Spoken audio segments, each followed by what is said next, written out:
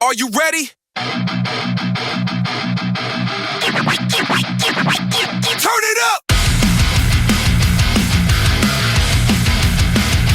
Yeah! Welcome to the noise inside your head. No holding back, we live on the edge. Let's go! And welcome back into another fun episode of the Sage Against the Machine podcast. I'm your host, former Senate candidate Nathan Sage, former U.S. Senate candidate Nathan Sage. And I'm joined again by our friend and colleague, my guy that calls me an idiot constantly, but he is like a dad to me, Dr. Bob Leonard, who is a retired radio journalist with bylines in the New York Times, Time, USA Today, and many more publications. He writes at Deep Midwest Politics and Culture. Dr. Bob Leonard, say hello. Hello, everybody, and I have to correct you. I never have called you an idiot. I call you a dumbass regularly. There we go. See, now I'm being an idiot, and he's calling me a dumbass. So that makes sense. But we are also excited to be joined by Janice Weiner, leader of the Iowa Senate Democrats and state senator representing Senate District 45. Janice has spent years fighting for Iowans at the state Senate, focusing on issues like healthcare, education, clean water, and the cost of living. As the leader of the Senate Democrats, she is also at the center of the fight over where Iowa Democrats go from here, especially when it comes to winning back rural and working class voters. Janice, welcome to the Sage Against Machine podcast. Thank you so much for having me. Happy to be here. Yeah, absolutely. No, I know when we met, I think I met you.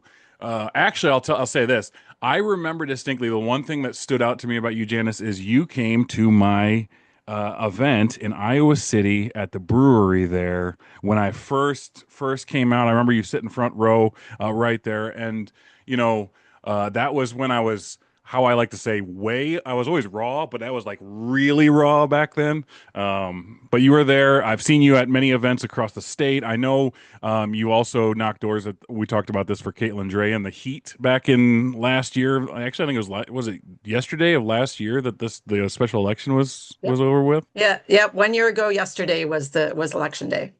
Yeah, so I know you're a worker. I know you are out there trying to do all you can to fight for Iowans and have those conversations at the door. And that's why, we were excited to have you on here, because I feel like when it comes to the issues that we're facing across the state, and I think you can agree that, we have to have conversations at the door. We have to have conversations with Iowans, uncomfortable conversations, but let them know that there's people out there across the state that are willing to fight for them. So the first question I wanted to have for you when you came on is like, obviously, here we are, less than 70 days. I don't know the exact day. I think it's like 68, 65, something like that. Days left until the election. What are the things that you're hearing right now across the state, or what's the gist of what you're hearing, and what are you excited for going to when we're getting close to this election? I mean, basically, I think we're hearing the same things as we did during the 3 special elections back in 2025, where we knocked doors literally all year, from the freezing cold in Clinton County through the heat over in Woodbury County, and then back to the cold over in West Des Moines in that area. And we heard from people then, and we're still hearing from people now, that it's really the kitchen table issues like cost of childcare. Can you even find childcare? Cost of healthcare. Is it accessible? Public schools. People are really worried about their public schools. Cancer. We have way too high cancer rates. Our water. We need to clean up our water. And like everything in between. But it's really been that set of issues that have dominated our conversations for over the past year and a half. That hasn't changed. One thing I wanted to ask you is I know you've heard these frustrations. I know that you are as frustrated, I think, as all of us are that are trying to do the right thing and trying to fight for people and trying to represent people. So I'll put you on the spot and go, what's the one thing that you're, as the leader of the Senate Democrats, that you are, maybe at the Capitol in general, that you're just the most frustrated about? What is the one thing that just gets you, maybe either keeps you up at night, or in general just frustrates the hell out of you, where you maybe can't even put into words sometimes? I mean, we each of us is elected as who are elected to office. We are elected to serve our constituents. We are elected to serve Iowans. And I view those of us in the state Senate, every single one of us essentially is elected to serve all Iowans in a way. And that means that we ought to be working together for Iowans.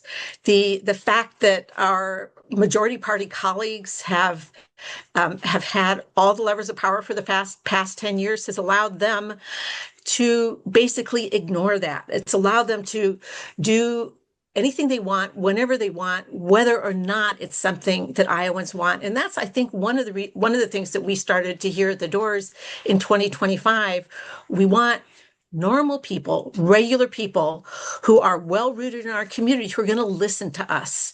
So, I mean, there was, I thought, a huge advantage to having knocked, I don't know, something like 20 more. I think we knocked 7,000 doors to get Mike Zimmer elected, something like 14 or 15,000 to get Caitlin Dre elected, and then another, I don't know how many thousand to get Renee Hardman elected. So to go into that last session, having talked to people all over this state and heard the same thing, like gave us some credibility. But like, even people should be they should be listening to Iowans, and that's why we need accountability and we need transparency.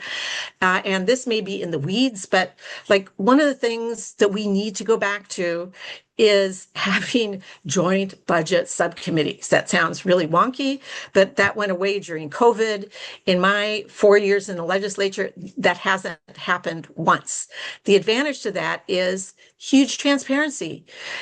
House and Senate colleagues sit down together with people from departments from day one, hear what the issues are, hear what they need, and that feeds into a budget process that, by the way, is like been a closed door process for at least the last 4 years. Iowans deserve that form of transparency, especially when we keep running these big budget deficits. I want to piggyback really quick off what you said about, being at the doors and hearing that people want representation of people in their communities. And, one thing that I know you can hang your hat on, and a lot of Democrats right now, is those special elections that we've won over this past year and those people that are rooted in those communities, like a Caitlin Dre, and not just the person of Caitlin or Mike or Renee or anything like that, but it's the amount of the Democrats I feel that have come out of the woodwork to help support that. I know I knocked doors for Renee, and I got my truck ran into. Got to throw that little joke in there, but how talk about that excitement of knowing that you're doing the right thing because it's showing up in the ballot box when we're winning these special elections. The first seat we flipped over with Senator Mike Zimmer over in Clinton County and the Maquoketa area of Jackson County and the top of Scott County. That was the end of January 2025. It was a week after the inauguration, 8 days to be exact. It had been a Trump plus 21 district. And yes, special elections are different. But the fact that we were talking to people is also what has informed how we're approaching this election cycle. I tried my darndest to recruit people for all 25 state Senate districts. I didn't quite get there. We got to 23. One of them is an independent who's really a Democrat, but that's pretty close. And the reason that I was really determined, that we were determined to recruit people all over the state, is we knew we needed folks who live in their communities out knocking doors in small towns all over this state. And that's what our candidates are doing. And I'm incredibly proud of them. I mean, we got Mike France running up in Senate District 3, which is Storm Lake and a whole bunch of northwestern Iowa. I think he's on his 32nd town now. We got, Mike Zimmer, who's running for re-election, who argued with us. Well, he thought he should just vote when he goes to these towns. He should knock every door. And we said, we're not arguing with you, Mike. Go talk to everyone. Yeah. And I think that's really, I'm so proud of these candidates who are running in tough rural areas, because they're doing the work that needs to be done for the future, listening to Iowans and letting them know that we live there too. Absolutely. I know Dr. Bob's probably itching to get a lot of questions, and Dr. Bob, go. Well, this is great to be speaking with you. I'm going to ask a question that is going to seem sort of distant from the Iowa Senate, Iowa House, Iowa government, but I want to know what you did in the forest in the Foreign Service. Right. So I was was we call him an FSO, Foreign Service Officer, or U.S. diplomat for 26 years. Worked for the State Department, and that is really. I'm glad you asked that, Bob, because it's really informed who I am, and what I'm fighting for. My very first tour was in East Germany, in East Berlin, and it was when the wall fell. It was when the East Germans had their only free and fair elections, and to watch people stand up against that regime and march and demonstrate and eventually get their freedom and be incredibly appreciative of it, and so appreciative that they were also marching for freedom of other peoples in Eastern Europe. I think I told a story at the Wingding that I was trying to go to some event in East Berlin after the wall fell and got stuck in another demonstration, because once they started being able to demonstrate, there was a pent up desire to demonstrate. And so you just shut off the car, roll down the window, because you know you're not going anywhere. Watching them go by, and suddenly a woman stuck her head in my car and said, in German, "I'm so sorry, Janice, but you understand we have to stand up for our brethren in Romania." And that was just like a week before the violent overthrow of the Ceausescu regime. They until weeks before, they themselves had been under the thumb, and yet they were able to stand up for these folks they'd never met because they knew what it was like. So anyway, I served there. I served a couple of tours in Turkey, and and my first tour there was during the height of the PKK insurgency. I was the embassy's human rights officer, traveled all over southeastern Turkey, talked to all sorts of Turks and Kurds and human rights activists and election officials, and another place to really be inspired by how people stood up against all odds for their rights. One other tour I'd mention, I had the honor to serve in Warsaw, Poland. It was after, there was already democracy, but getting to know both the folks in Solidarity who had really caused this to happen. It really started all the revolutions in Eastern Europe, as well as they were in the process of forming new parties.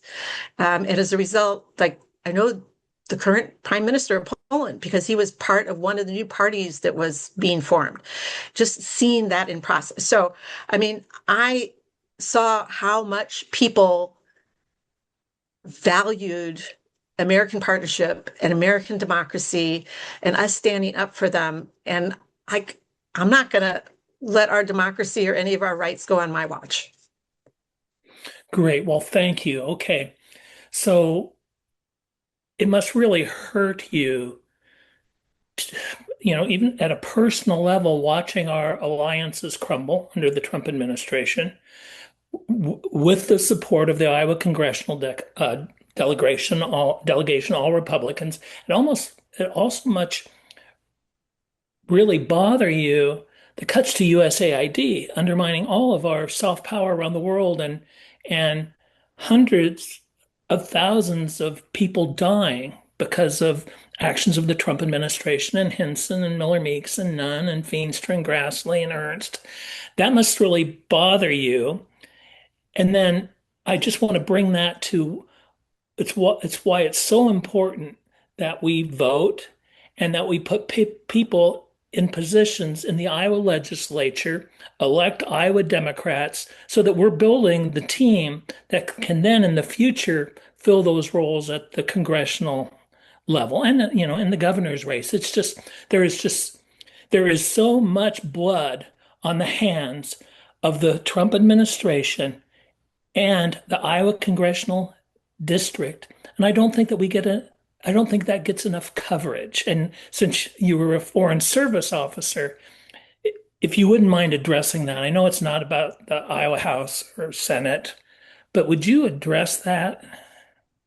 Sure. I mean, yes, of course, it bothers me. I talked to former colleagues.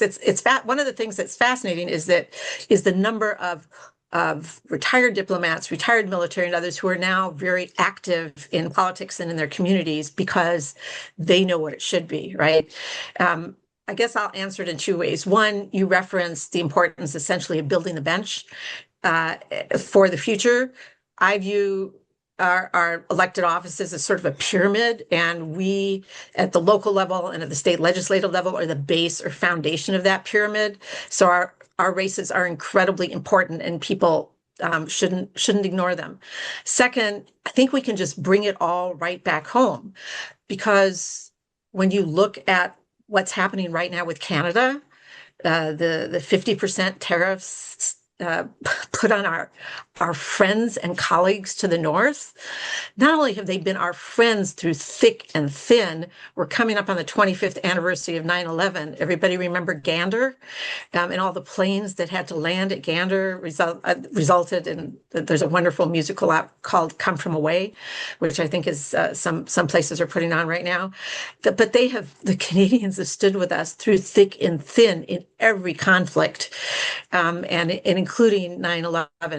And they are our friends, and they are our largest trading partner.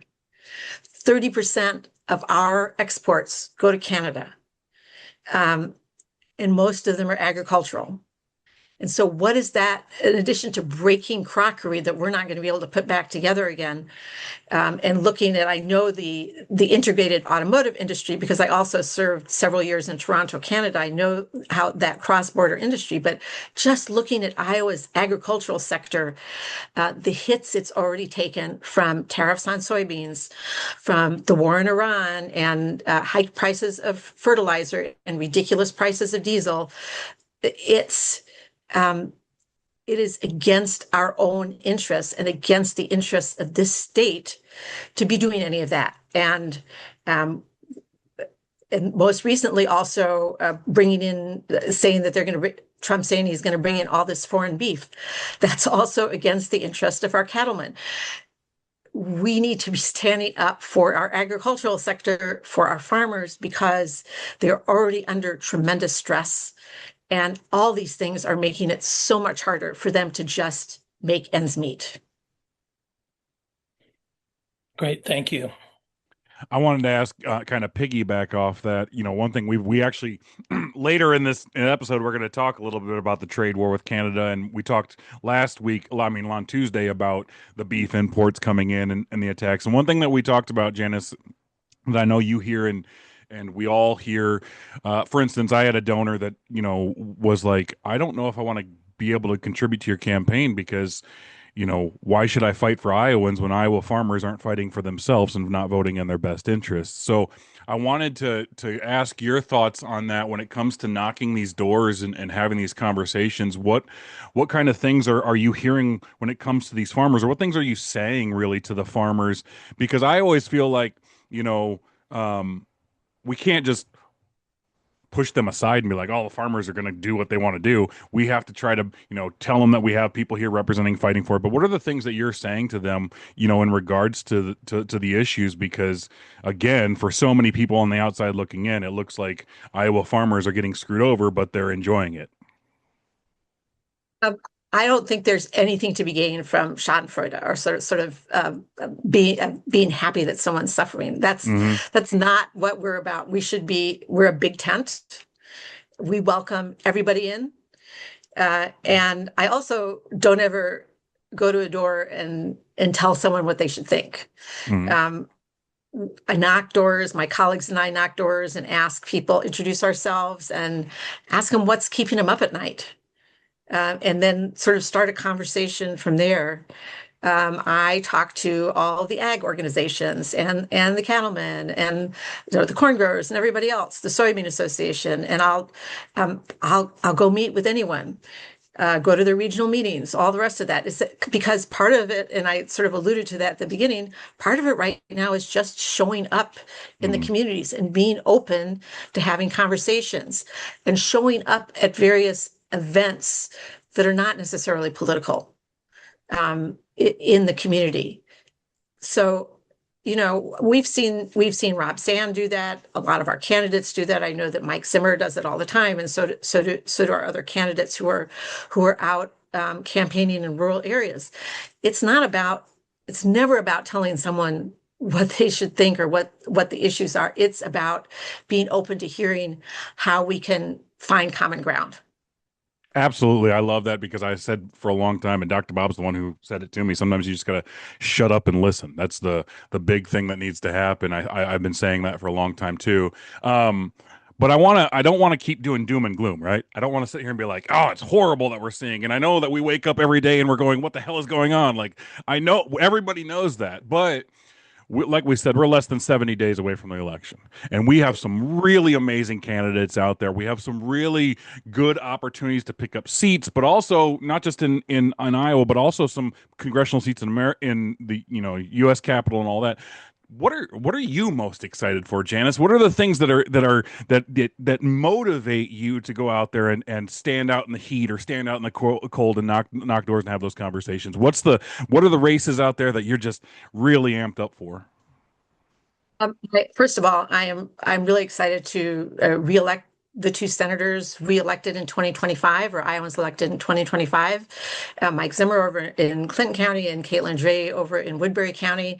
They are working so hard, and they're out knocking doors all the time, going to events, doing all of it. So, first of all, I'm excited to keep them as colleagues because they provided not only a breath of fresh air, but such interesting new perspective. Anytime you bring new people into a caucus, it changes the conversation and gives us new insights. So Mike and Caitlin, first of all, then we have some really wonderful opportunities to pick up seats.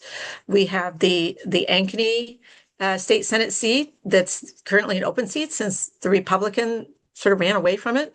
And we have, and Representative Heather Mattson is our A+ candidate for that seat, also working incredibly hard. It's really a 50-50 district, right? But Heather has always outperformed everybody else on the ticket. She has a couple of great folks running for House under her. So number one. Number two, the sort of center of our universe, a little bit weirdly this year, but based on how the Senate elections go, all the 25 odd number districts are up this year, is sort of the Quad Cities area. And we have a couple of pickup opportunities over there. One is Senate District 47. It's the Bettendorf seat. And our candidate is Dr. Nikhil Wagle, who is an ophthalmologist, been on Pleasant Valley School Board for 8 years, I think. At one point was the president of the school board, really active in his community. His prime issues are healthcare and public schools. And he is out working every day. And that is a real opportunity for us. And then there's a Senate district near there. I think it's 41, either that or I have them flipped, which is western Scott County, sort of the western half of Davenport, all of Cedar County, and a couple of funny pieces of Muscatine County. And our candidate's name is Tom Wick. He's based out of West Liberty, also out there working hard. So those are the ones that I'm excited about. But one of the other reasons that it's important for folks to try and also focus on their legislative candidate is we help the folks up ballot.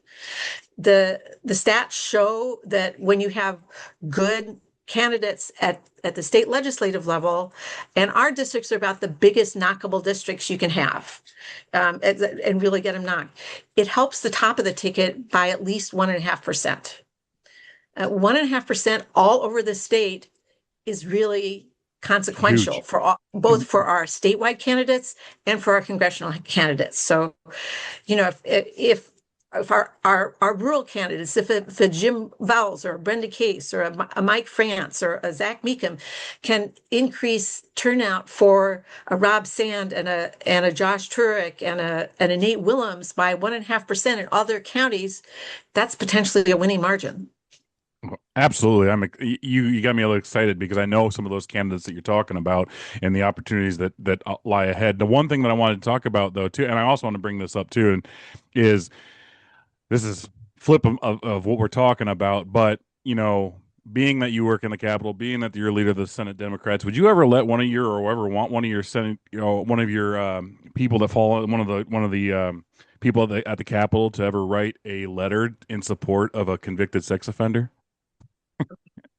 No, of course not. I want to ask your thoughts really quick on Shannon Lundgren, because I believe, in my opinion, that somebody like that should resign. And I believe if we were Democrats and we had the same thing, being your leadership, that you would call on the exact same thing of asking that person to step aside. Is that something that you believe in as a leader of the Senate Democrats? I do. It would be entirely inappropriate. I mean, we're very careful to draw a line sort of between what we do personally or on the campaign side and what we do on the official side. In my personal view, this overstepped the boundary. Absolutely, and I won't harp on it anymore. But other than what I'll say is, it shows more reason why we need to get these candidates across the state elected, because obviously we have a conflict of interest. Obviously, we have a lot of issues when it comes to some of these people that are representing people across the state that are looking out for themselves and not for the people they're supposed to represent. So I wanted to make sure I brought that up. The other thing I want to talk about is obviously, we've seen that the Capitol split, where it's the Republicans have the control, and it seems like Democrats are trying to do all they can, but they just don't have enough power to be able to do a lot of the things. Is there any things that you look at going up to the next session, possibly, that you're like, we can possibly work with Republicans on this, or is it always just, from your experience, closed door, they're going to do what they want? I think there needs to be a serious shift to the next session, and when Rob Sands elected governor, that will be a piece of the shift. Us as the state Senate staying out of the superminority, that's another key to that.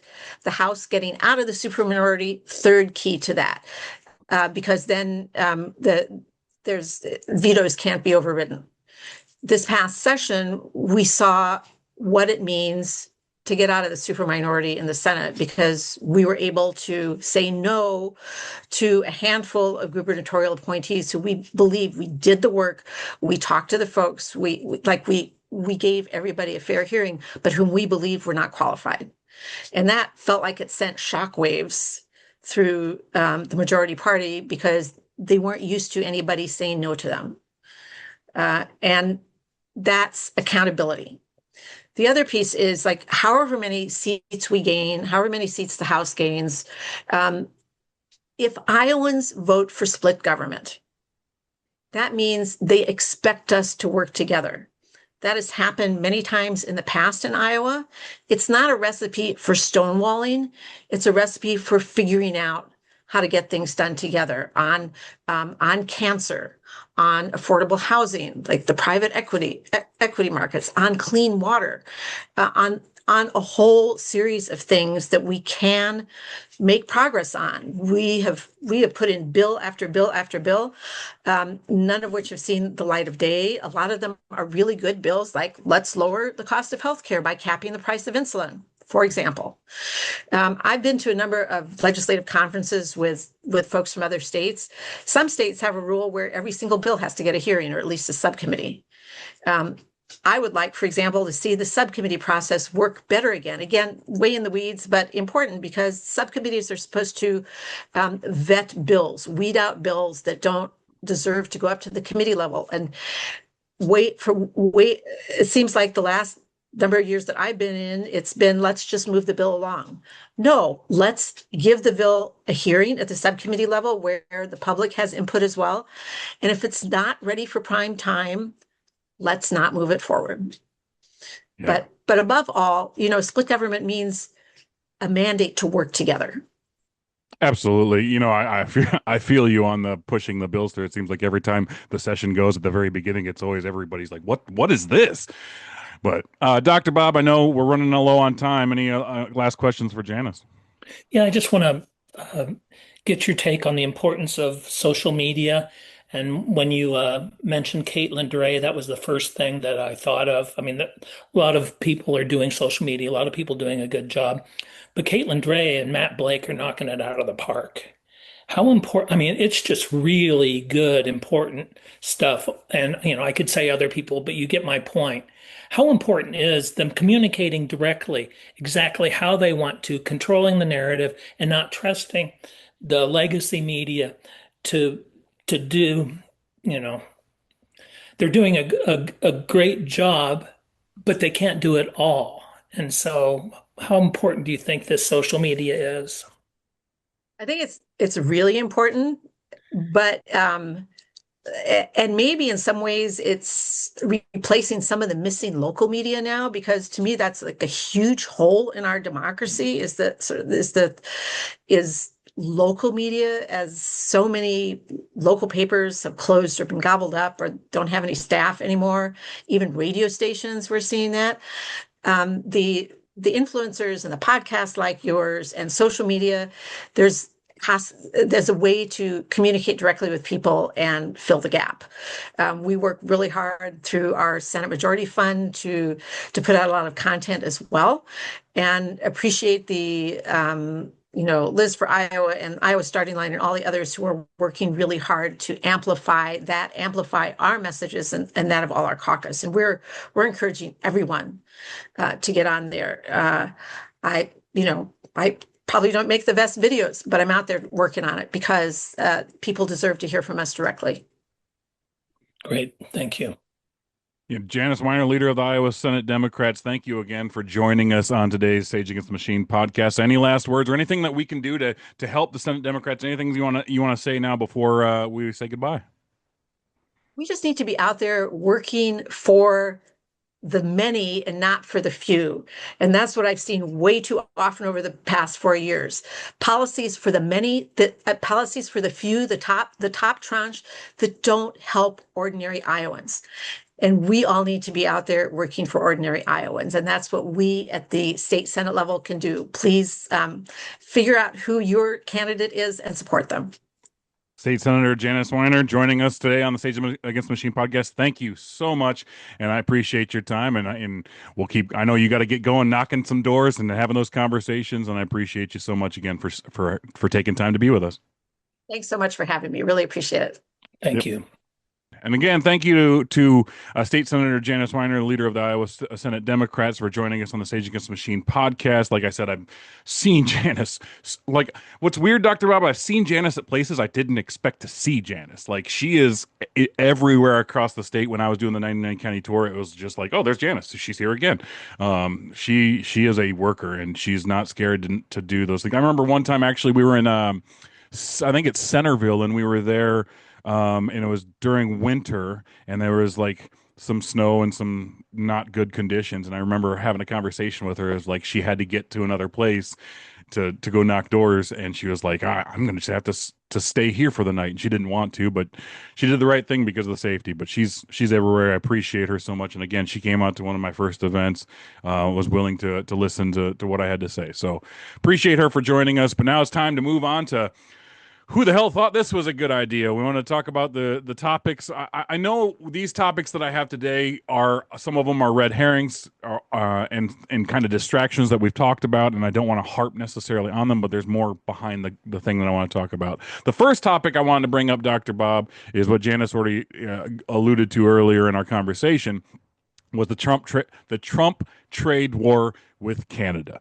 I view this as a serious matter, but also a red herring, mainly because we can't afford it. Mainly because in the working class, we're already struggling. We already have high gas prices. We already have the issues. And Janice talked about how, the agriculture industry in Iowa, how this is going to be affected by them with the 50% tariffs on Canada goods. I wanted to get your thoughts on it as well, because I view it as, yes, it is a distraction by the Trump administration. Yes, it is annoying, and it's like, what are we doing? But it also has real world issues that we're going to have to deal with, consequences that are going to fall on the farmers and fall on us consumers. And I feel like everybody across the country and everybody in general is just tired of this crybaby attitude. If somebody does something bad to you, I'm going to put a tariff on you. Like, I'm so fucking tired of that reality that we have to endure and live with, because our president is a weak individual who can't take criticism. So, first of all, what's your thoughts, Dr. Bob? Well, the Canadian tariffs, I mean, nothing is a surprise really that Trump does, but this was, I think, as a distraction for, away from losing the war with Iran. I mean, I really think that. But it was really wrongheaded in the sense that we have so many ties, historical, culturally, economically with Canada. To put up barriers against trade is just ridiculous, and it's going to cost us. I mean, it's going to cost us, like Janice says, 30% of our agricultural products go to Canada. I mean, just another punch in the face to the American farmer, to the Iowa farmer too. And then it's going to drive up costs for all kinds of things. It's going to drive up costs for automobiles because so many parts are made in Canada. I mean, Canada could shut off the electricity to major areas of northern New United York. States. They could just Yep. shut off. They could shut off the rare minerals that we bring in. I was reading this morning to watch the price of toilet paper shoot up because that's where a lot of the wood pulp, grain, whatever that goes into toilet paper and other paper products. But it just makes no sense. It's going to hurt all kinds of industry, and it builds resentment. I mean, and think of the places that rely on tourism. I mean, Hmm. think of Las Vegas and Reno, and just the relationship between, you know, oh, Detroit and its Canadian neighbors, and how it's going to hammer Maine. I mean, and then for the first time, some Republicans are standing up to Trump. This goes, too far for even them, but we'll see if he tacos out. So we'll never know. But the leader of how the president of the United States has been called the leader of the free world for as long as I remember. The leader of the free world to me looks like it's Carney in Mark Carney in Canada. He's the leader of the free world. Tiny So hands smell like cabbage. That's from Austin Powers. They make fun of Carney. Small hands smell like cabbage. Donald Trump's small hands smells like cabbage and shit. But um, yeah, the one thing that really concerns me about this, Dr. Bob, and across the world is America's standing in the world because we have a president who's a crybaby who will just, react in spite, someone making fun of him or not supporting him or any of these fucking crybaby things. And I just worry that in the future, when we do have a legitimately intelligent president and administration, that not just Canada, but across the world, all these countries are going to be like, we want to work with you, but we know how the American people can flip on a dime when it comes to their politics. So it's that trust there is, I think, going to be hurt for a long time with our standing in the world because we allowed this as Americans, we allowed this to happen. And us allowing this to happen is allowing these tariffs to happen and allowing all these other and then when you go to having conversations with lawmakers and foreign agents and things like that about trying to work on deals and trade deals and things like all the things that go into it, like not, that those conversations are kind of not going to be had anymore because there's no trust there. And I think that is the issue that I'm more worried about is we're pissing everybody off. Oh, well, like America already has a tendency to be arrogant and piss people off, but I feel like now we're just pissing in their Cheerios to piss in their Cheerios, and it bothers me because I feel like a lot of these countries have been our allies. Canada has been our ally forever, like, and we're just doing what we can to put up our middle finger for what? What is the purpose? And I think that's what I'm more worried about, Dr. Bob. the purpose is disruption. That's the only purpose. I mean, he just in the chaos, he can make money because he can Yeah. do all the stock trades he wants, do what he wants with Bitcoin, total corruption. It's just distraction, and he doesn't care about the damage. And let's be clear, the damage is generational. Especially, and let's think of Canada, since we were talking about them. If they can't trade to the north, if they can't trade with the South, they're going to look east to the European Union and they're going to look west to China and Japan. And once they establish those relationships to the east and west, and they're just not going to say, okay, well, we'll go back, we'll break all of those relationships to come back to the United States. It's not going to happen. This is generational damage that's being done, and Democrats are going to have to clean up the mess. And they often do that after Republican administrations. I don't know how many recessions that Republicans have caused that Democrats had to fix things. But make no mistake, this isn't immediate consequences. Generational, perhaps multi-generational damage being done. Absolutely, and I that's exactly what you put that into words better than me, Dr. Bob, because that's exactly what I'm worried about for years and years to come, and our status in the world. It literally undermines our power. So yeah, some people think it's a power move. I think it just does more damage to undermine our power in the future. So yeah, that's one of the things that I wanted to cover. One of the topics. Topic two, I don't really have necessarily a specific topic on this, but I wanted to address some things in general. This is going to be me. I'm not going to walk on eggshells. I'm going to talk how I want to talk, but I feel like when it comes to this, I always got to watch out that I don't offend the wrong person or whatever. And I'm just going to say it the way I want to say it. So what are we actually doing here is the topic. Politicians, not necessarily on the left, more on the right, keep spending enormous amounts of time on culture war fights, while Iowa families are worried about healthcare, wages, housing, and the cost of living. For instance, we have these culture war issues, and the one thing that I keep seeing over and over and over, we talk about it before, is transgender people in sports. That's a topic that the right continues to bring up to get Democrats riled up and get fired up.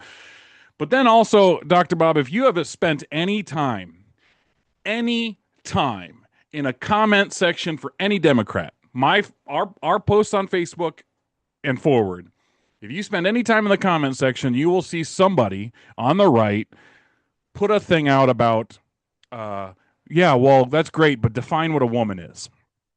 Democrats can't define what a woman is. And here's what I want to say to all the Democrats that listen to this. Stop taking the fucking bait. Please, for the love of God. Like, I understand. I love people and I want to fight for people and I want to stand up for people, and that's what we're trying to do. And to do that, we have to get elected. And to do that, to get elected, you have to, once you get elected, then we can fight the fight that we're trying to fight. But I have seen recently, Dr. Bob, Democratic groups, organizations, people posting things online about like the definition of a woman, and and to me it is trigger bait. What's it called? Clickbait. It's trying to get people triggered on the right. And my thought process is, I get left does it all the time.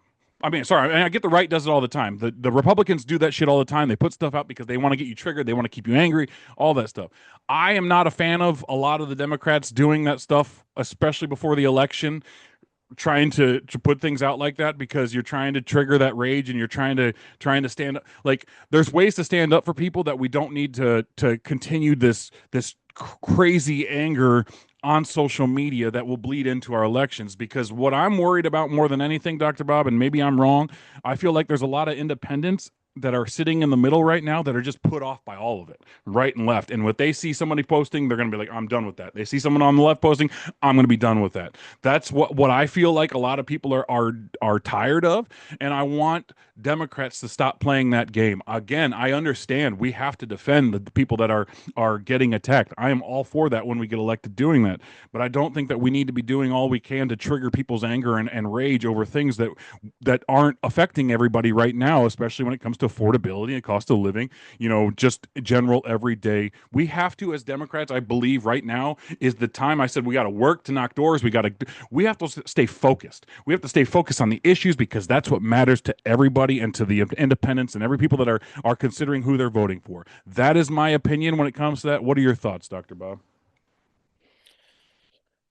Well, it's a trap, like you say, that Republicans throw out, that they have to throw out, something that impacts a minuscule part of society. They have to throw it out, act like it's the most important thing, and then they don't have to talk about Trump's failed war, his Yep. failed trade policies, And in Iowa, they don't have to talk about the absolute failure of the last 10 years of Republican trifecta. I mean, nothing is going well, and so they have nothing to brag on, or if they're bragging on something, they're lying about it. If they say they're working on clean water, no, they weren't until Chris Jones started, and then they did something that was just a band-aid, as Chris would put it. But they don't have anything. They have nothing that they have built. All they have done is destroyed. And when they're destroying us, they Project 2025 was a prescription for the destruction of America as we know it. I used to say that it's about Terry Brand said that if he wanted to destroy Iowa, he couldn't have built a better roadmap to do it. But they did do the roadmap nationally with Project 2025, and Trump is a wrecking ball. But they've got nothing that they've built. They only seek to destroy. And then you look for these kinds of things where you get somebody to hate. They want Hmm. to they want you to hate the trans person. They want you to hate the person of a different race. Then for some reason they want you to hate women too, given the war on women that they're doing. And they want you to hate the immigrant. So they've got to give you an enemy so you can be mad at, and so that you can, as no matter how poor you are, no matter how hard your life is, you can feel better than those people. That's what they're doing it. And I'm not telling you anything new, but people know this. But why do people keep falling for it? I don't understand.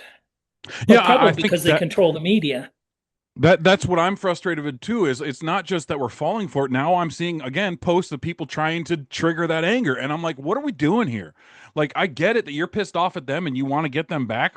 I understand that, but somebody has to be. And the way I look at this is somebody has to be the adult in the fucking room and go, enough's enough. Like that's what I've thought about for a long time when it comes to stuff at the U.S. Capitol. This petty back and forth. I always go back to Mitch McConnell doing what he could to stop, the a vote when it came to the Supreme Court for Obama and all that. Like this back and forth pity bullshit of like, well, you did this, so we're doing this, and we did like that doesn't fucking help anybody. And what Janice said, and we've heard many times, Rob Sand talks about all the time, is to get things done, we have to have a split. We have to have a split government. We have to have discussions from other sides, so we're representing everybody. And when we sit there and we try to instigate that anger in another group, either side doing it, it just adds to more of that division. And I'm all for standing up and saying truth to power. I am all for doing everything I can to be blunt and honest and say fuck you when it's time to say fuck you. But I also feel like right now we're less than 70 days away from this election. The last thing that we need to be doing is pushing away any independent or anybody that might be coming back and going, hey, like these people are talking about affordability. They're talking about the issues that I'm talking about. They're talking about the problems there. They're not talking about the culture war stuff. They're talking about issues that are facing me every single day. And I think if a Democrat stay focused on that message, literally just stay focused on, hey, dude, we can't make it anymore. Cost is too damn high. If we stay focused on that and say, hey, yeah, we're going to try to bring these costs down, and we're going to try to make life better, and we're also going to fight for people that don't have a voice, and we're also going to stand up for people that don't have a voice, and we're also not going to allow this petty bullshit to happen anymore. That's the way we can win. But trying to engage in trigger bait bullshit and trying to get people angry, to me, it's like, dude, like, yeah, am I fucking angry? Yes, but I don't think I want to piss off more people that are potentially coming back to the Democratic Party over something that, again, you talked about, like we talked about, is not something that affects everybody that we're dealing with. So it's a topic that a lot, I feel like Democrats get themselves in their own trap a lot because we have big hearts. We're a big tent. Well, Janice said we're a big tent party. Like we want to fight for everybody, and we are fighting for everybody, and we want to continue to represent everybody.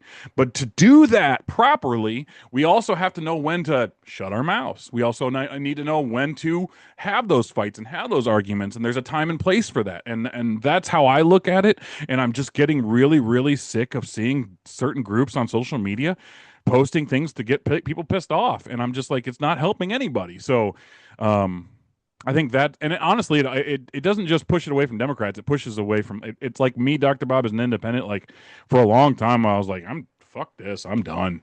Like I don't want to be around anybody. Like these people are insane in general, and I'm just tired of it. So that is my fear when I come to when I see things. I wanted to bring it up, and actually leads us into our third topic. And I love how this kind of went down, even though it was disgusting to see.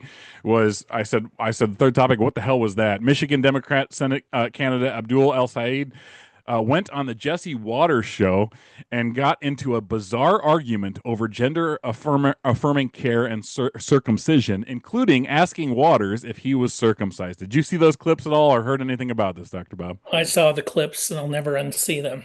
Yes, yes. That's the perfect answer. That's exactly what I was thinking. I was like, we are on national TV talking about guys' dicks. We're talking about circumcision and we're talking about cutting off our penises and all this stuff. And it's like, how far have we fallen as people that we're like, this is what I want to say. First, I want to say Abdul Said, I think he handled it really well when he was like, what are we doing? Why are we talking about this? We want to talk about the issues in Michigan and the issues that we're hearing. Like, this is Fox News trying to bring this up, trying to keep that culture war thing, saying it's a big issue and all this. But my thought is, I just gonna put this out there. Republicans or not even Republicans, people that watch Fox News. Let's put it that way. People that watch Fox News. Let me just ask you this real simple question. What is the obsession with genitals? What is this obsession with what people do with their own private parts, where they go to the bathroom, how they use the bathroom, how they have sex with another person? Like, why is this an obsession that we continue to have when it comes to Fox News and these groups? And I know that it is to try to keep you angry and try to keep you rage, but I just want people in general, if they're listening to this and they're on that side, I want them to go, like, something I say to my father-in-law, something I say to a lot of Trump people is like, how does it affect you directly? Like, how does somebody wanting to play a sport, somebody wanting to just use the bathroom, somebody wanting to love who they love, how does it and why does it affect you directly? Like, that's what I want people to think when they're hearing this stuff on Fox News and in general is stop getting so angry and just go, what? How does it necessarily affect me? And again, it is all about this distraction. And again, it's what we just talked about, where they're trying to keep this cultural war going. They don't want Abdul Al-Said talking about the issues and how he's going to fix them and what issues and things we're hearing in Michigan.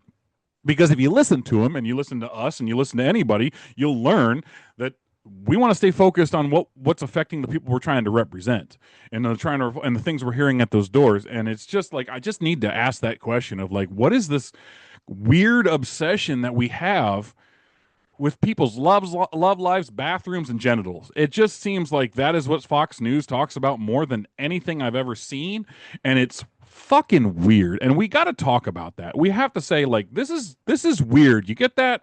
Like it's weird that we have this continued obsession with what people do in their own personal time with their own personal bodies. Like it's just it's fucking weird, Dr. Bob.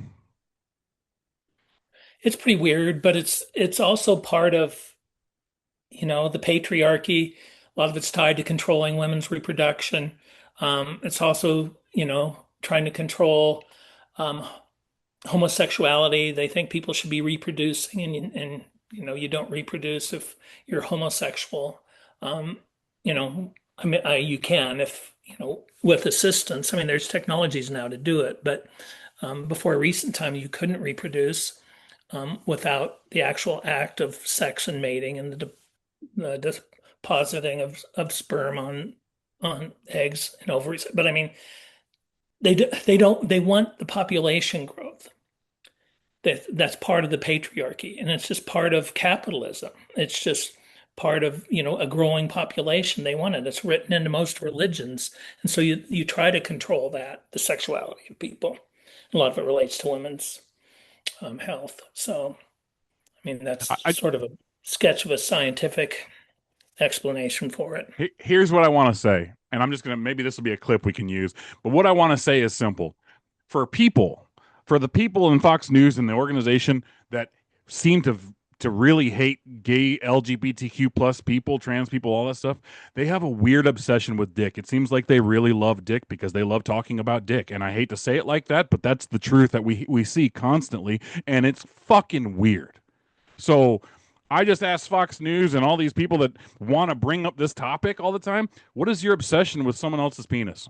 Like, what is that? And why do we keep doing it? Because it has nothing to do with the issues that we're having in this country in regards to what the Trump administration do, these forever wars, these tariff wars, and us not being able to fill up our gas tanks, put food on our table, and actually pay rent and make it in this world. So please obsess about somebody else or something else. Please, I just tired of turning on TV and hearing people constantly talk about penises, and it's weird. So I wanted to make sure we brought that up because I'm really tired of it. And like I said, I think Democrats, like Abdul said, is like we need to, again, all we've been talking about today with these issues is we got to stay focused on, as Democrats, got to stay focused. They can talk about dicks all they want. Let's talk about, affordability, paying for childcare, paying for a house, like all the things that Americans are struggling with every day. And one thing I also wanted to mention, I haven't talked about this really at all, is Dr. Bob, I've driven recently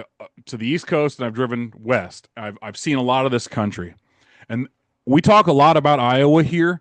And I want to put this out there. Like, if you drive east, if you drive west, south, wherever you go, you'll realize really quickly. And I know, Dr. Bob, you're about to go to the Northwest and you're going to see it too. It's not just Iowa, like this whole country, there are people struggling in this world right now. And if you can get out of your neighborhood and actually have interactions across this country, you would see it as well. And it's sad. It is sad, the things that you will see and the things that the people are dealing with, and the struggle that they have. Iowa is not by itself. There's states across this country that I feel bad when you drive through that people are dealing with the things they're dealing with, and all we get is Fox News talking about penises. So I don't get it, and I'm done with it. I think we phrase it like, I wouldn't phrase it always talking about penises, but it's Republicans that want to look down the pants of children. It's Republicans that want to look under the bathroom stall. It's Republicans that want to sit in the bedroom and make sure you're doing things appropriately. That's how we phrase it. Absolutely. And it's really weird that those same people that are like that are the same people that are taking money from the fucking Epstein file people to make sure that they're protecting your kids. Like, that shit's ridiculous and crazy. It's just I feel like there's this whole disgusting ball of bullshit that's hiding in this closet of Republican skeletons that they don't want to talk about, and they want to present that they're here to fight for you, when in actuality they're the ones that are doing some very disgusting things, and we all know that they have a lot more Grindr accounts than what people want to talk about. But anyways, we'll move right along. I want to get to some fun things here. I got to stop talking about penises too, so I want to talk about some fun things as well. And I wanted to make sure we did this because I think it's important for people to get to know me and you, Dr. Bob, because one thing you might not know, Dr. Bob, is when I go across the state, when I was doing my 99 Can tour, I brought you up. I'd say, my friend Dr. Bob would say this. A lot of people would be like, who's Dr. Bob? They never heard of you, just like they hadn't heard me. And so I was like, okay, let's give some people some questions. Let's have a little interaction here, Dr. Bob, where we can ask each other questions, maybe make each other laugh a little bit, and just go from there so people can get to know us here on the Sage Against the Machine podcast. So I have questions, and I know I gave you questions that we came up with, and I wanted to start just asking these questions for the next segment, Dr. Bob. So I'll start. I'll ask you a question. You got 30 seconds to answer, and then you ask me a question. We'll just go through like that, if that works. That works. I have to find my questions first. When you're ready. Are you sure they want to know more about us? They always want to know more about us, Dr. Bob. Usually so Republicans can use it against us, but we're going to put this out there. So, did you find them yet? Okay. Yeah. I'll ask a question first, you answer, and then you ask me. Okay, first question for Dr. Bob. What was something you've done in your life that you are still proud of? Well, lots of things, but probably the most thing I'm proud of is when I drive by with the kids a house that my dad and I built when I was a kid. And there's lots of them all over central Iowa. And that house is there, still looking good. Every time I can show somebody a house that I built, with my dad, 50, 55 years ago, I'm proud it's still standing. Yeah, I knew that you were going to say something about showing something to do with your kids or being a kid. I knew that that was going to be, that's how well I know you. But now your turn. Okay, so what did running for office teach you about yourself that you didn't expect to learn?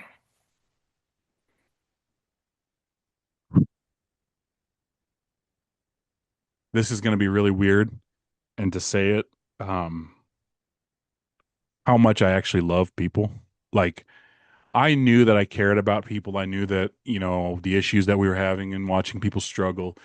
But when you talk to people face to face in different parts of the state and hear and see their tears and hear their frustrations and understand what they're going through and know that life has not worked out for them as the way that they've wanted to, just like it has for me or a lot of people, I think that made my heart bigger. I guess I really just I was so yesterday I was at the Clark County Democrats office opening, and they were like, well, thank you for being out here doing this and having these conversations and speaking the way. I love it, man. I love talking to, and it's something different. I never thought I would. I was worried about the 99 County tour, but I love talking and listening to people, and I love hearing what they're going through and what needs to be done. I think that my heart for the love of people, because there's a lot of easy way to be angry at people for driving slow or whatever it is, you're angry at them, but I think that's the one thing that changed for me was just my overall love for my fellow Iowan and for people that are struggling every day to make it. So I'd say that one. Yeah. For you, Dr. Bob, what this one's funny. What's a hill you'll die on that has absolutely nothing to do with politics? Oh my God, everything has to do with politics. I mean, everything's political. Well, I always think of like a movie, like that's the best movie, or this is the best food. What's something a hill that you are willing to die on that has nothing to do with politics? I don't know. I think everything has to do with politics. If somebody's hurting somebody, I'm going to stop them. That's the Yeah. hill I'll die on. And that's the person I know you to be. And that's why I'm glad you said that because I expected something like that. I think that's what you know me as well. Like, I think that that's why we are the way we are because now why we're doing what we're doing and having these conversations is because we're seeing a lot of people hurting right now. And this is our best opportunity to fight back. So, your turn. Okay. What's something people get completely wrong about you? That I'm angry all the time. I'm not angry all the time. If you know me, Dr. Bob, I get angry, but I truthfully like I love more than anything in this world. I love to laugh. I love to have friends and people around me that make me laugh. And um I want to say this. The reason I like to laugh, the reason I love to joke, the reason it's hard for me to take a lot of things seriously, and the reason that I have comedian friends that the same way, and I was thinking about this the other day, is because oh, it's because we've been through shit and we've been shit on and treated like shit. And sometimes the only way that you can actually get through any of that and deal with the problems you're having is to laugh and to smile and joke about it, even though it was horrible and you went through it. Like looking at my PTSD and the things I went through in Iraq, I laugh about them. I have to, and that's one thing I want people to know is I'm not an angry asshole all the time. I'm not mean or angry all the time. I'm a funny, laughable, like to joke around probably way more than anything. And I posted just yesterday. I think it's more important to be real than to be fake and hold a appearance forward. I want to. This is me. If you don't like me, go fuck yourself. Like I'm just gonna have a fun time and have a blast. So I think that's it. Um, for you, what's something you're really good at that people probably wouldn't guess? I'm really good at that people probably wouldn't guess. Um, oh, really? I think I'm mediocre at most things and can always be better at them. I mean, really, what am I really good at? Um,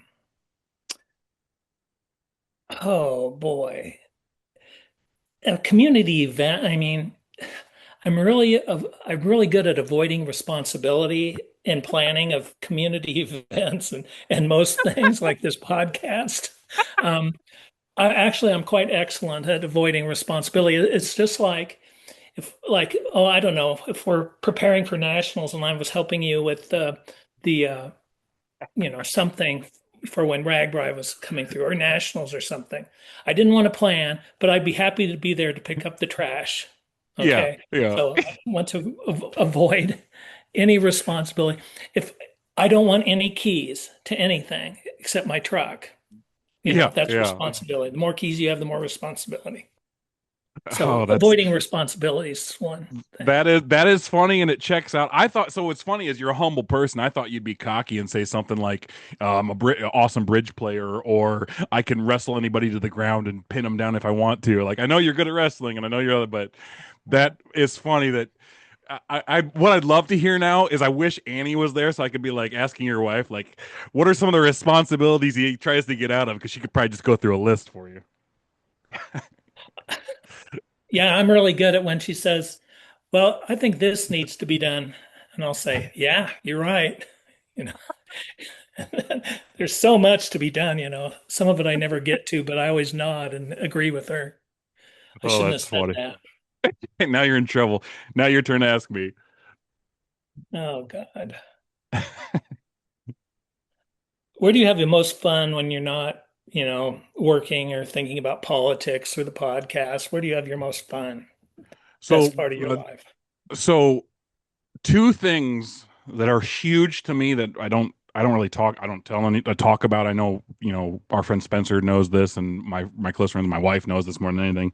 Two big things for me to clear my head and just be me. One, I'm like you, Doctor Bob. I love nature. That's not one of them. I love nature. I love walks. I love taking my dog for a walk.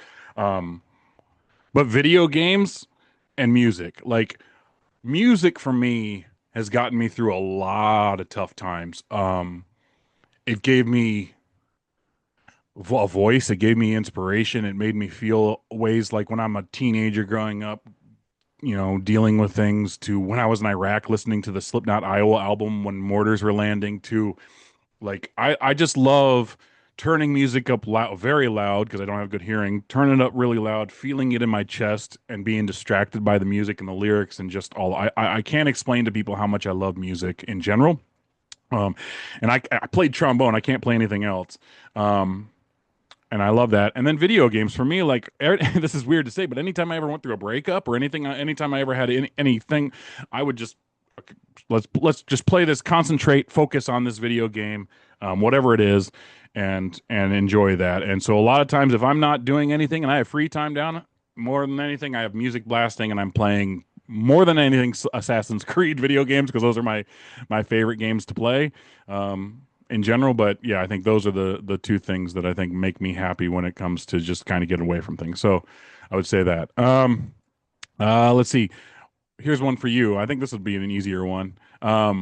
What's one thing that instantly makes you like someone?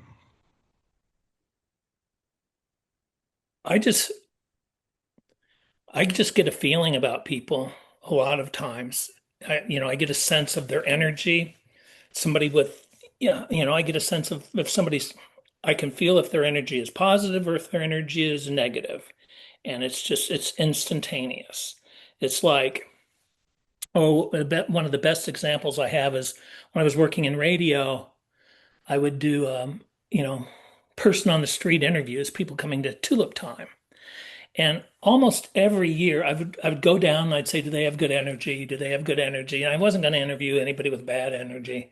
And so I don't know how many members over the many years I did it, I don't know how many times I encountered members of the court or the tulip queen from like 1959 or something. And you could just Hmm. tell that those queens and members of the court had this positive energy. And they maintained it for some of them for 40, 50 years. But I can sort of just tell, I think most of us can tell if people have good energy or not just by, and I'm pretty good at building friendships based upon that energy. And there's some people I just know are toxic immediately before they say a Yeah. word, and I try to not go near them. Yeah, Does that answer it? yeah, I think that's a very good answer, Dr. Bob. Now your turn to ask me. Um, what's the most significant thing that you've changed your mind about in the last 10 years or so?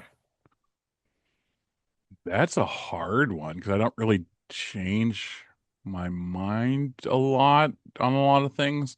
Man, I don't know. That's a really hard one over the last 10 years. Something I've changed my mind on. Um, I would assume it's my something to do with my love of hate of some music artist or something like that. Um, trying to think. I think let me see. I don't know. Like that's I'll say this, and this is going to be weird. I think it is my thought process in regards to veterans. So I'll be blunt.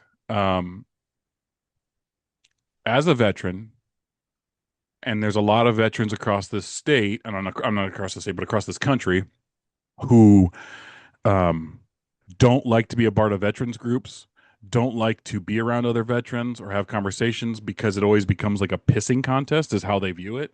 Like it feels like a lot of times, like you go to a say you go VFW and you're having a beer, there's another guy that comes up and talks to you or whatever, and it's always like, well, you went to Iraq 3 times, I went to Vietnam 5 times, I went to, it's always that pissing contest is how it was and how it felt. And I think my thought process was always like I was like that. I was like, I don't want to be around this bullshit. I did my time. I don't want to get credit for anything. I just had to do it. I think my mindset has changed in regards to how I feel about those veterans now. It's like I'm not. I used to be angry and be like, fuck them. Like now it's no. It's like I understand, especially Vietnam veterans that want to voice what they've done and what they've gone through, because for a lot of times they had to hold that in and they couldn't say it and they couldn't, put the words out there because they'd be ridiculed or made fun of or torn down by whoever was protesting it or whatever. So I think my mindset towards that aspect of being a veteran has changed a lot, and I am now more willing to have conversations with anybody, especially any veteran, about what they did, and I'm going to support them regardless, and help them regardless, because they did do the time for their country and serve their country, and were willing to do it. So I think that's probably in the last 10 years my mindset has changed, because I've been just more open minded instead of just closed off like fuck you. So I think that would probably be the bluntest answer I could give to that. That's a hard question. I got one more question for you, Dr. Bob. I don't. Do you have any more for me after this? One more for me. One more. Okay, so here's I your don't have last to one. use it. I like this one. Um, if you could go back and give your 25-year-old self one piece of advice, what would it be? Shut the fuck up and listen. There it is.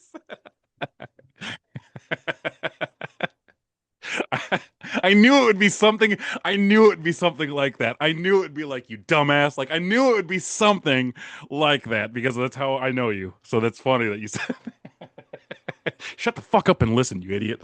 Yeah, Dumbass. yeah, dumbass, not idiot. You use dumbass a lot. Oh, that's funny. Okay, and the last one for me. If you could start over from scratch, be anything that you wanted to be, what would you shoot for? Like a career, Yeah, or well, just let's anything. just put you you're 17 years old again, or 20, whatever you want. Pick an age when you're young. You know, I don't like thinking like that, because what I always go to what I always go to is how much I love my kids and how much I love my wife and how much I don't want that to go away ever. So I always worry, like, if I go back in time, what would you change? I think the thing that I would do differently, and what I would do differently, and what I would concentrate on, is I wouldn't, like, I'd go to the Marine Corps still to this day. I loved serving the military. I would do that. But I don't know if I would have joined the Army. I probably would have gone to college earlier and started earlier, because I feel like when I was the old guy in college. I graduated when I was 30 or 31. I can't remember. Um, I think that aspect of it is I would get educated earlier, and in high school and stuff, I wouldn't concentrate so much on chasing girls and playing sports. I'd actually pay more attention in school, and which is hilarious because Dr. Bob, I've told you this many times. Like people don't know this. Like it's funny that I was a reporter. It's funny that I do a lot of writing when I failed language arts class like multiple times because I just didn't pay attention or care. I think that's what I would do is I would do differently of that. And I might do a different, I don't know if I'd jump into radio right away like I did, or if I would, more sports aspect of it. I don't know. But I think in general, I would just go to do things differently when it comes to college, when it comes to high school, when it comes to education, because I've learned a lot what teachers go through and what I put them through. Not just what they put me through. There's two sides to a coin. And I think that I would go to college earlier and, I don't know, I don't know if I'd change my career at all. Cause I really love talking. I really love sports. I love doing all that. Maybe I'd get involved in politics earlier. I don't know, because I feel like I have a voice for it. I think that's the only difference I would do is just try and do things a little earlier, because I feel I'm only 41 and I'm still a young buck when it comes to politics, especially when you got Chuck Grassley. But I think that I would do things differently and earlier is what I would do. But I wouldn't want to change anything in regards to my kids and my wife, because me and Amanda, actually, I'll say this on the podcast. Me and Amanda have talked about this. Like, if we go back in time, the first thing I would do is like, okay, I know my wife's in Newton, Kansas. I got to figure out a way to communicate with her. We'd get on AOL Instant Messenger so we could talk to each other. Like, I was like, if we still had that knowledge, is what I would do. But yeah, I think in general, I would probably just start things earlier. Is what I would do. So that was a fun segment, Dr. Bob. I like that. I like having us have a good laughing conversation instead of me always yelling and cussing at the camera. I think it's good to have a little bit of smiles and a little bit of laugh when it comes to the podcast. So but yeah, that's gonna do it for this episode, Dr. Bob of the Sage Games Machine podcast. Any last words you got for anything? Anything you want to say before we end it? No, go enjoy this nice day. Hey, and I will put this out. Dr. Bob will not be here next week with us. I know you're doing a trip up to the northwest part of this country. So, we'll have soon to be former representative, Jennifer Converse joining us, speaking with us. She'll be on co-hosting with me. She's a friend. I love Jennifer. I'm so excited for her to be on. But I will also say, if you are still paying attention to this, that next week the episodes will not be Tuesday and Thursday, and I'm going to put something out about this. Will not be Tuesdays and Thursday. They will be Wednesday and Friday, because we're doing the interviews in the evening time on Tuesdays and Thursdays to coordinate with Jennifer's schedule to have her on. But we have some good guests on next week. We have Dave Dawson, congressional candidate up in District 3 up there in Northwest Iowa. And then we have Andrew Fitzgerald, I believe, is the other candidate in Davenport areas, who we have on next week as well. And he's a big supporter, big fan of ours as well. So that's what we got next week. Stay tuned. We'll hear from Dr. Bob after that week, the second week in September. We'll get him back on here and we'll have some more fun with Dr. Bob. But until next week, just going to have to try to catch me on the flippity flip.